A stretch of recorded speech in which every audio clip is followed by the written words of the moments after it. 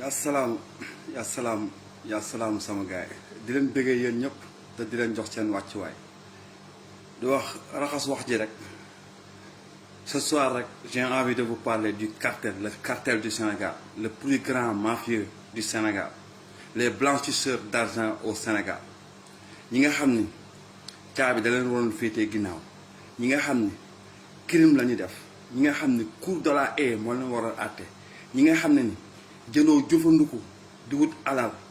di lor doomu aadama di sànq doomu aadama di liggéey boo xam ne seen liggéey bi yëpp mooy tàggali ko doomu aadama ak sagoom ñi nga xam ne seen liggéey bi yëpp mooy yàq xelu doomu aadama ñi nga xam ne ni ñoo ni Sénégal di mbubboo nag ay turu sëriñ ay turu politicien nekk ci dëkk bi nekk ak ñoom yor showbiz bi parce que Sénégal lu ñuy wax daan leen fi wax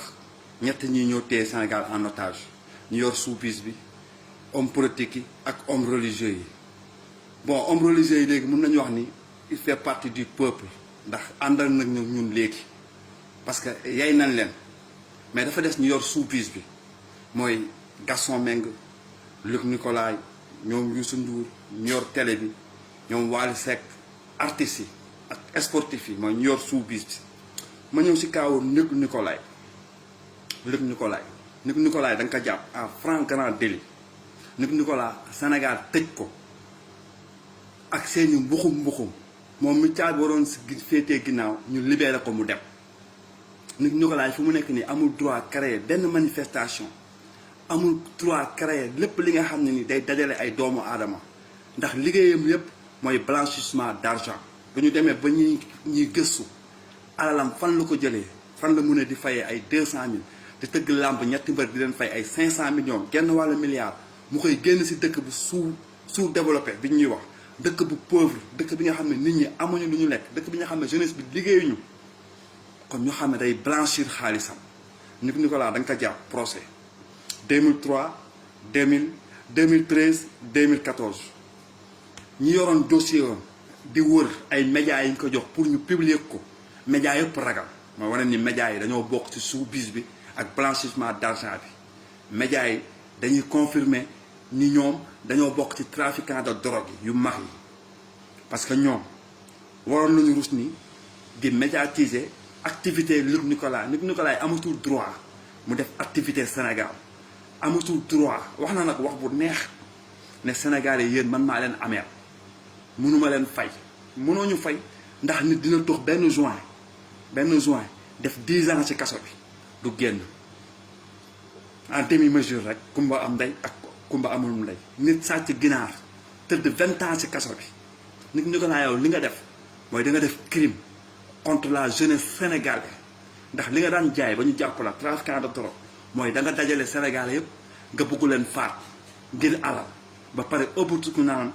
da ngay liggéey ci développement da ngay liggéey ci sport da ngay jàppale mbëri yan mbëri ngay jàppale Modou Lo moo ci am xaalis ak Ama Baldé ak yow mi koy tëgg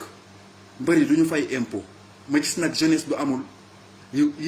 mbër yi gën ndey parce que doon nañu wax jigéen lu mu bon jur mbër tey gis naa ñi nga xam ne ni mbër yi ñoo leen gën ndey mbër yi ñoo leen gën a liggéey ndey ay xale yu góor toll ci liggéey war a bay war a sàmm seen économie war a sàmm seen dëkk wala xool seen développement dëkk wala am njëriñ ci réew mi topp sa moroomu góor bi nga xam ne ni fay nañ ko 150 millions fay nañ ko 200 millions te doo ci lekk fukki dërëm du la ko ci jox nga simmeeku nekk 4 heures temps ci mbedd bi di yuuxu sa turu moroomu góor di yuuxu sa turu moroomu góor da nga waroon yuuxu suñu pétrole suñu gaz suñu zircon suñu cuivre suñu mercure suñu bois ñu soxla leen ngir tabax réew mi ñu toxla leen ngir li Sénégal ñëpp bokk ku ci nekk jox ci yéen jeunesse bi ngeen ñu seetaan topp ay artistes topp ay waykat di solu góor jigéen di def manière góor jigéen ñu leen ñu nax avec vos griots traditionnels ñii ñoo yàq réew mi genre Luc Nicolaï yi ñuy jël di leen defal promotion ay Sen TV di leen invité télé yëpp taxaw ak griots yëpp taxaw ñu xam ne kii raykatu nit la c'est un tueur waxuma dara muy mbubboo Sëñ Fallou Luc Nicolaï bu Sëñ Fallou Luc Nicolaï jaaykatu drogue bu Sëñ Fallou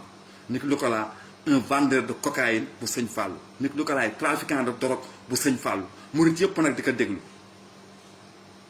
Mamadou Mamour Diallo kii moo waru woon bu boo sëñ Fallou Luc Nicolas moom bu ñu jàpp flagrant délit ñama woo ko tudd Mamadou Mamour Diallo Mamadou Mamour kan xaw ma Mamadou Mamour kan ñama woo tudd Luc Nicolas moom mi mbubboo sëñ Fallou te ñu jàpp ko si drogue mu wóor la yéen yëpp journalistes yi dossier boobu moo ni seen table te kenn nangu ko si def débat kenn nangu si waxtaan parce que lan la dafa yor xaalisam da xaalis bi mu yor sénégalais moo ko moom fu mu nekk ni li mu fay mbëri danga ko waroon saisir xaalis bu mu génn sénégalais yi ñoo ko moom xaalis bu mu yor sénégalais yi moo ko moom ni ko laa waru woon sax am droit sax génn si kaso bi ab waroon am droit génn si kaso bi mais gis nañ fi un trafiquant de billets crime économique waa kër Macky Sall def ko doomu ndey Macky Sall def ko Boukazali def crime économique ray économique Sénégal yëpp mu sàcc leen libre na moo ni këram ndongo Diop mu deful dara manifesté wu ak 21 booy ñu manifesté wu génne seen mer lan moo tax tëjuñu Luc Nicolas ñu bàyyi ko lan moo tax Boukazali def trafiquant de billets ñu bàyyi ko lan moo tax homme politique yi defuñu politique industrielle xale yi génn di ñàkku ngeen tëj leen ci sokol Ousmane Tounkara mi toog yow làmminam di ko xeexee comme ni Bob Marley doon xeexee ak làmminam comme ni Bob Marley doon xeexee maayagam ndax Afrique yëpp booloo Ousmane Tounkara di représenté loolu ngeen jël ko sosal ko terroriste Luc Nicolas c'est un terroriste li muy jaay moo gën a yër sax atteem moo gën a metti ka atte terroriste atteem moo gën a metti ka atte raykatu nit ndax moom duñ ko doon atte si diine rek ci charia ci sëñ Fall ba muy mbubboo rek moom dañ ko waroon rey on doit le tuer dafa yàq économie Sénégal yàq ay xelu Sénégal yàq ay nit yàq doomu aadama yàq li yàlla gën a fonk Luc Nicolas tey ma gis leen seen TV ñoom ñëpp ku si nekk sol toog si chaise xale yi jeunesse bi nekk si biti mel ni amuñu ndey ak baay jeunesse bi nekk si biti mel ni yëguñu metti réew mi jeunesse bi nekk si biti mel ni yëguñu 14 jeunes dañoo dee ndax ñoom jeunesse bi nekk si biti xam ne seen mbokk yaa ni dee si océan Atlantique bi jeunesse su Sénégal boobu nekk si banlieue bi dëkk Pikine dëkk Parcelles di ànd ak Modou Lo di ànd ak Balla Gaye yéen ñëpp ay doomaraam ngeen ay xeetu doomaraam yéen dee sax ah ndax da ngeen ñàkk a jom ba booy dee si gaal gi sax ñoo leen gën ñi dee si gaal gi daw ngir wuti ngir am teraanga sax ñoo leen gëm ngeen topp mbër yi nga xam ne ni jigéen lu mu bon jur mbër ban njëriñ la fi mbër yi am ban njëriñ la fi mbër yi teg lu mën a jëriñ Sénégal ban mbër ngeen gis ci combat bi bu metti li dal Sénégal yi wax leen dëgg rek ñi fi nekk yàq réew mi moom laa lay wax ñi fi def lu bon ñi fi yées def ay faux billets jaay dorog ñoom tey ñooy nekk ci télé yi di wax nit ñi di leen ndamoo ñuy wax muy utiliser le mot Luc Nicolas bu sëñ Fallou yow caabi dala waroon féetee ginnaaw ba keroog ngay sàngoo suuf sa doom doo ko jox cocaïne sa doom doo ko jox dorog yow doo ko jëriñoo mais yaa ngi koy jox ay doomu jàmbur yaa ngi koy jox ay papay jàmbur yaa ngi koy jox ay yaayi jàmbur ay sëru jàmbur ngir lan ngir am alal am nga alal mais foog nga blanchir ko foog nga raxas ko foo koy raxasee ci ña xam ne ñooy mbëri si Modou Lo Balla Gaye Eumeu Sène ba pare nga influencer jeunesse bi ñeen indi ñu jiixi jaaxa si li jeunesse bi waroon impliqué wu si li jeunesse bi waroon am yaakaar ngir seen réew le grand narcotrafic du Sénégal 750 kilos 750 tonnes damay juum chaque fois 750 tonnes ñu jàpp ko ak ay tubaab ak italien espagnol ak allemand ñu libéré ñu dem du ñu nekkoon ñoom seen dëkk ñu nekk ay doomu sénégalais ñu jàpp leen fi pen lañ leen ñu rey Espagne lañ lay piquer say cër dootul baax ak lan jàpp ñu fi koo xam ne conteneuru fausse médicament la indi Sénégal conteneuru fausse médicament Macky Sall bind dëgëre bàyyil mu dem kan mooy terroriste nañu wax ñan ñooy terroriste ñan ñoo bugg rey sénégalais yi ñan ñoo yéenewul sénégalais yi jàmm ki toog di kaas liggéey ren réew mi li ñu bokk yëpp nañ ko séddoo nañu xool éducation nañu xool pêche baykat yaa ni jooy enseignant yaa ni jooy celui qui se révolte pour le bienfait du peuple koo koy terroriste waxoon nañ ko mu jum jamono sëñ Sambay da koy wax mu jum jamono ñi fi nekk di def lu bon ñi fi nekk di yàq réew mi ñi fi nekk di yàq àdduna ñi fi nekk di nekk ay malaaka mawti ñi fi nekk toogal fi seytaane ñoom la ñuy namoo mais ñi fi nekk di def lu baax di jëriñ réew mi comme Ousmane Tounkara comme Ndongo comme Guy Marius Sagna comme Karim comme Assane Diouf comme Ousmane Sonko ñoom la ñuy taqal ñoom la ñuy ji lu bon li moom laa la wax da ngay jël victime bi def ko coupable jël coupable bi def ko victime coupable yaa ni noonu toog seen plateau yi coupable bu mag maa di noonu di organiser làmb Modou Lo Ama Baldé jeunesse bi yëpp ñoo ni si démb kan la woon le drapeau di Macky Doomaram Sall match nul lewet ndax nit ku nekk rek sa turandoo ngay nuróol nit ku nekk lan la tuddee rek moom ngay nuróol nag combat bi kese nag ku si nekk rek lan la tuddee di nga jël si moom juróom-ñaari jikko moo tax Macky Sall combat bi la tuddee jël na si yow juróom-ñaari jikko combat góor jigéen combat rambaaj combat seytaane du fekkoon làmb jigéen la sax jeex na moo tax sa tur bi moom dañ ko nuru j'étais très content si sa combat nu mu demee noonu sa turandoo nu mu mel ndax sa baay mbër la woon Macky Sall sa pap bëre moo ko indi woon Fatick mu far fa am fa jabar nekk fa gardien moo tax nga tabax arène nationale taroo tal del ko def ko ay écoles yu abri provisoire yi xale yi di jàngee sonn torop sa baay mbër la woon sa héritage bu baay nga bëgg jëbal Sénégal sa héritage bu baay nga bëgg taxawal Sénégal Macky Sall sa baay mbër la woon kooku mënoo ko weddi ci bëre la xamantele ak sa yaay Fatick bëre moo ko fa indi woon moo tax nga mën a bàqu dégg naa sama mbokk bi sax naan dañoo foog ne woon Alioune Sall moo waroon bëre ndax nuru ngeen trop ay mbër parce que yaramu baadoo la ngeen yor ndax sa ndey dafa bon moo tax mu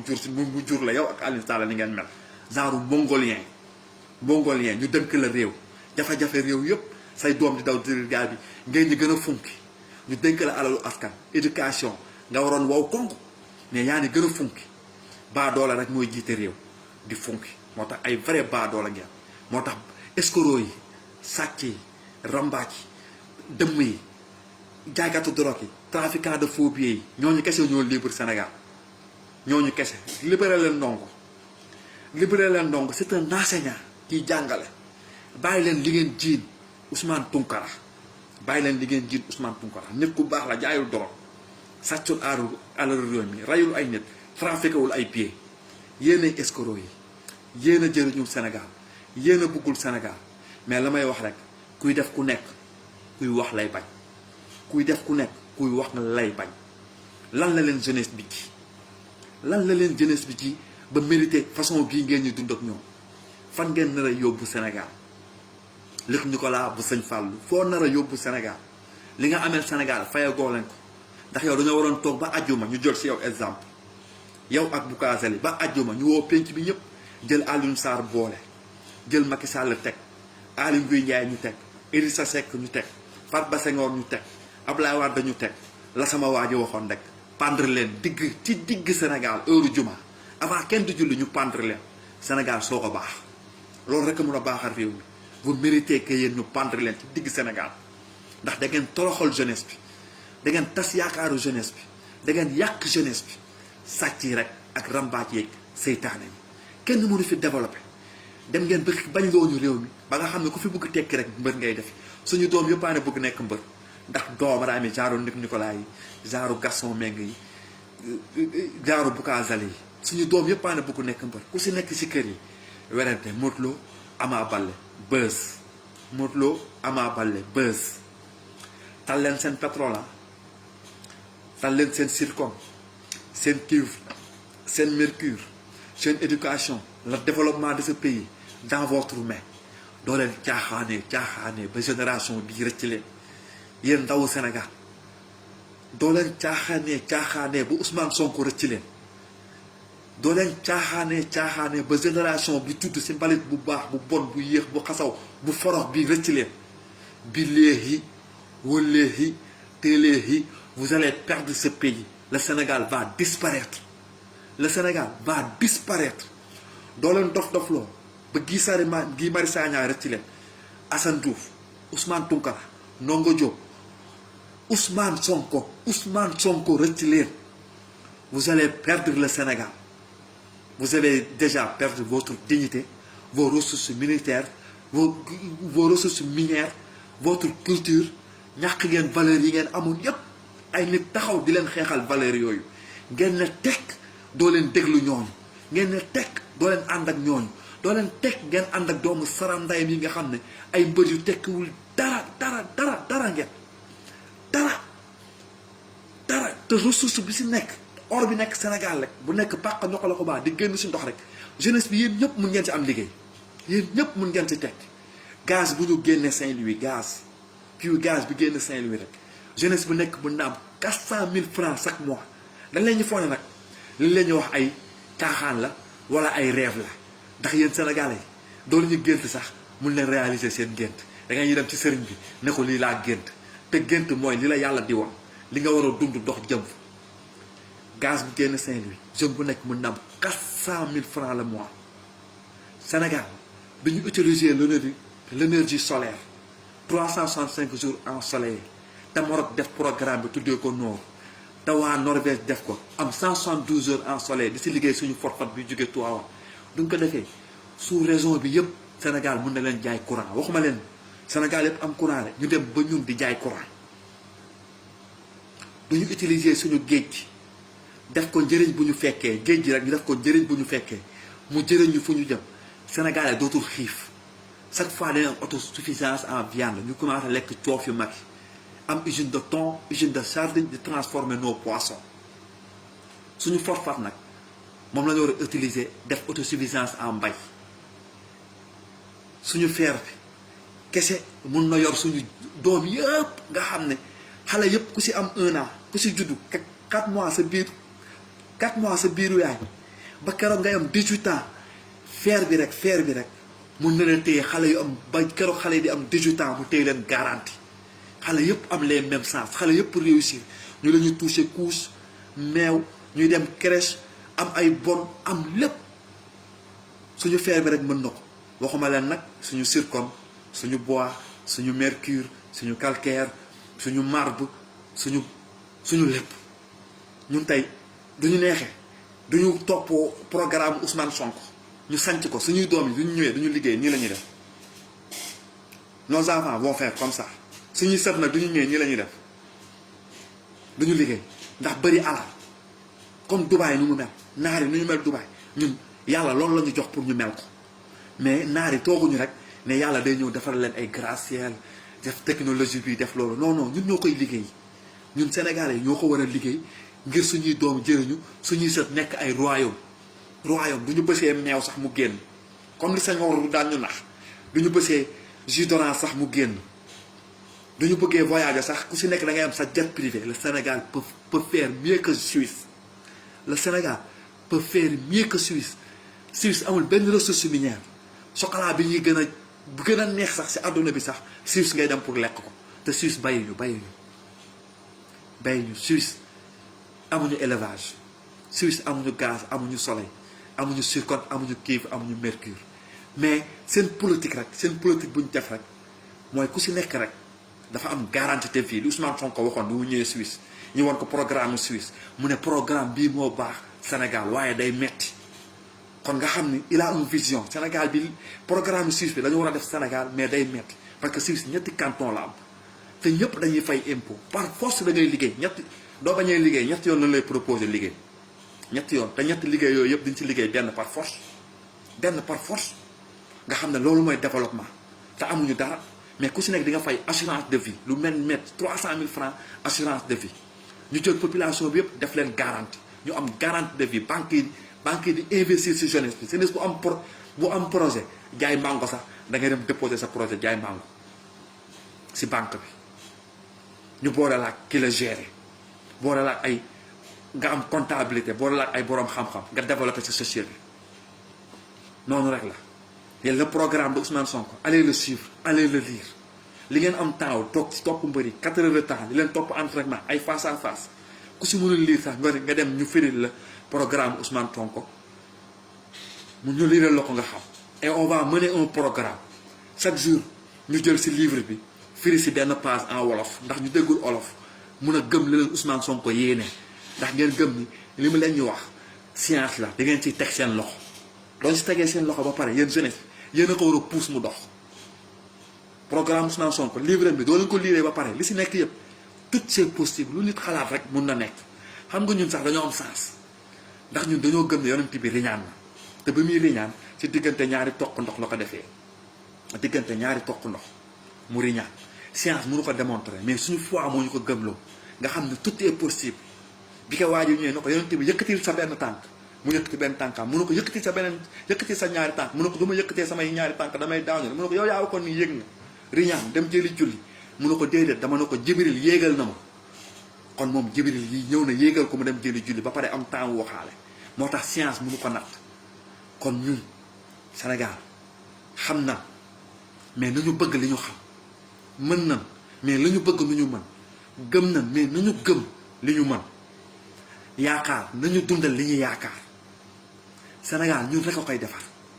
Sénégal ñi ko war a defar ñoo ànd ci làmb ñi ko war a defar ñoo nekk ci waykat yi ñi ko war a defar ñooy chauffeuru taxi yi ñi ko war a defar ñooy pêcheurs yi ñi ko war a defar ñooy sàmmkat yi ñi ko war a defar ñooy baykat yi ñi ko war a defar mooy immigré yi nekk à l'extérieur xam lan mooy développement parce que moom laay wax chaque fois doo tukkiwul rek doo xam lan mooy développement te yàlla may nañu doomu Sénégal yu bëri génn gëstu ñun ñëpp ñun xam développement boobu moom la leen Ousmane Sonko yéene développement boobu moo tax ñu jëlee Assane Diouf États-Unis indi ko Sénégal développement boobu moom la Guy Marius Sagna di jaamante ci kaso yi développement boobu moo tax Ndongo des ci kaso bi ba léegi je vous lance un appel parce que mer naa trop dama jot Fallou lu bokk ci mouvement bi au Sénégal léegi laa doon waxtaan ak moom ci kaawu Ndongo mu mel ni Ndongo waa Pastef lañ ko fàtte Ndongo Diop mu mel ni Ndongo ñoom Ousmane Sonko da nga ko fàtte mu mel ni Ndongo dirigeant Pastef yi da nga ko fàtte mu mel ni Ndongo musul ànd ak ñun ci xeex bi mu mel ni Ndongo nekkul woon di motiver booy yi pour ñu génn ñu révolté wu pacifiquement Ndongo deful dara da doon filmer rek di xeex bi amee vidéo kese la yoroon doon filmer 21 booy yu bokk Pastef bañ Guy Marius Sagna bi nga nekkee ci kaso bi Ndongo xeex na bu sonn ba nga génn Assane Diouf Clédor Sène bi ngeen nekkee ci kaso bi Ndongo amul lu mu deful pour ngeen génn Ousmane Sonko biñ la woowee justice téye la Ndongo looloo tax tey mu dugg ci kaso bi kon Ndongo warul woon mën a ñu seetaan ko ñun activistes yi yéen waa Pastef Ndongo mi bokk ci yéen ñu ragal loo nit ñi au lieu ngeen tal Ndongo Diop mi nekk ci kaso bi yéen ñu tal ay Maty Trois Pommes du suñu combat Maty Trois Pommes du suñu adversaire Maty Trois Pommes waruñu mën a làng ak moom nañu làng ak Ndongo ak procureur ak juge bi ko téye ak 21 booy yu ñu téye am na ci 7 booy yu feebar am na ci 7 booy yi nga xam ne ni di léegi wulleegi téeléegi du leen waxtuwul dinañ ñàkk seen bakkan sonn nañ torop am na ci ñaari booy yi nga xam ne dox mënatul ko ñaari booy yi nga xam ne ñooñ ci kaso Jurbel bi juge bi téye leen en otage dox mënatul ko ñaari góor yàlla yu bëgg Ousmane Sonko yu génn xeex ngir Sénégal wax leen si man sama xol tàng na bés bu ma génnaatee di wax si Ndongo Diop dinaa waxee neneen ndax du boobaa dinaa génne samay sens ak samay raison dinaa waxee ak samay xol lu ma sentir te du boobaa gëm naa ni dina metti ñu bari te du boobaa gëm naa ni du neex waa Pastef parce que Ndongo warul mën a ànd ak yéen ci xeex bi depuis bi Pastef nekkee Pastef ba léegi depuis bi Ousmane Sonko amee problème ba léegi mu mënee combat bi taxaw ci réseaux sociaux yi matin midi soir Ndongo guddi ngoon ba 4 heures du matin da ngay gis Ndongo mu nekk ci mbedd bi di mënee combat bi suba teel nga gisaat Ndongo mu nekk ci mbedd bi di mënee combat bi lu tax ñu war ko seetaan lu tax waa Pastef war ko seetaan